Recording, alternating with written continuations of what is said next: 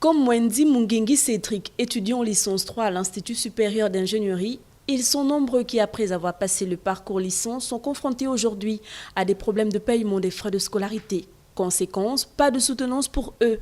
C'est la fin d'un parcours professionnel à peine entamé. Depuis la fin de notre contrat, en septembre 2018, nous ne parvenons pas à soutenir et nous ne parvenons pas également à récupérer nos documents parce que l'État n'aurait pas réglé la scolarité qui est à sa charge. Et donc, par conséquent, l'établissement exige que les étudiants s'acquittent de ces frais. Ceux qui sortent du lot aujourd'hui ont dû compter sur l'appui financier de leurs parents. Pourtant, leur orientation avait été faite sur la base d'un partenariat public-privé à travers l'Agence nationale des bourses du Gabon. J'ai obtenu mon baccalauréat en 2013 et j'ai eu le privilège d'avoir une bourse et en plus de cela, de pouvoir poursuivre une formation au sein d'un établissement privé, notamment la FRAM.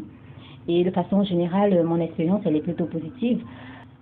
Par contre, la troisième année, oui, ça a été un peu difficile pour nous parce que le directeur à l'époque, il nous rappelait sans cesse que l'État ne réglait pas en fait la formation. Nous n'ayons pas reçu les paiements prévus par le ministère de l'Enseignement supérieur par le biais des bourses et stages.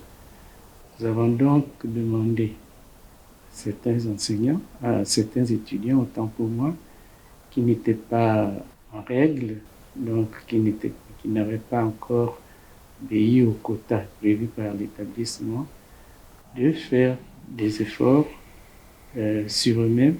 Reçu sur le plateau de Gabon 24, le ministre de tutelle, Patrick Mougiama Daouda, a expliqué la démarche du gouvernement. Moins en moins envoyer les élèves dans les écoles privées parce que ça coûte cher à l'État. Et c'est ce qui provoque cette situation d'impayés que connaissent les établissements privés qui reçoivent nos enfants. Mais nous avons commencé, l'État a commencé avec l'implication du ministère du Budget. L'État a commencé à apurer cette dette-là. Toujours est-il que la situation a créé un malaise sur cette question d'orientation par l'État des étudiants dans les établissements supérieurs privés.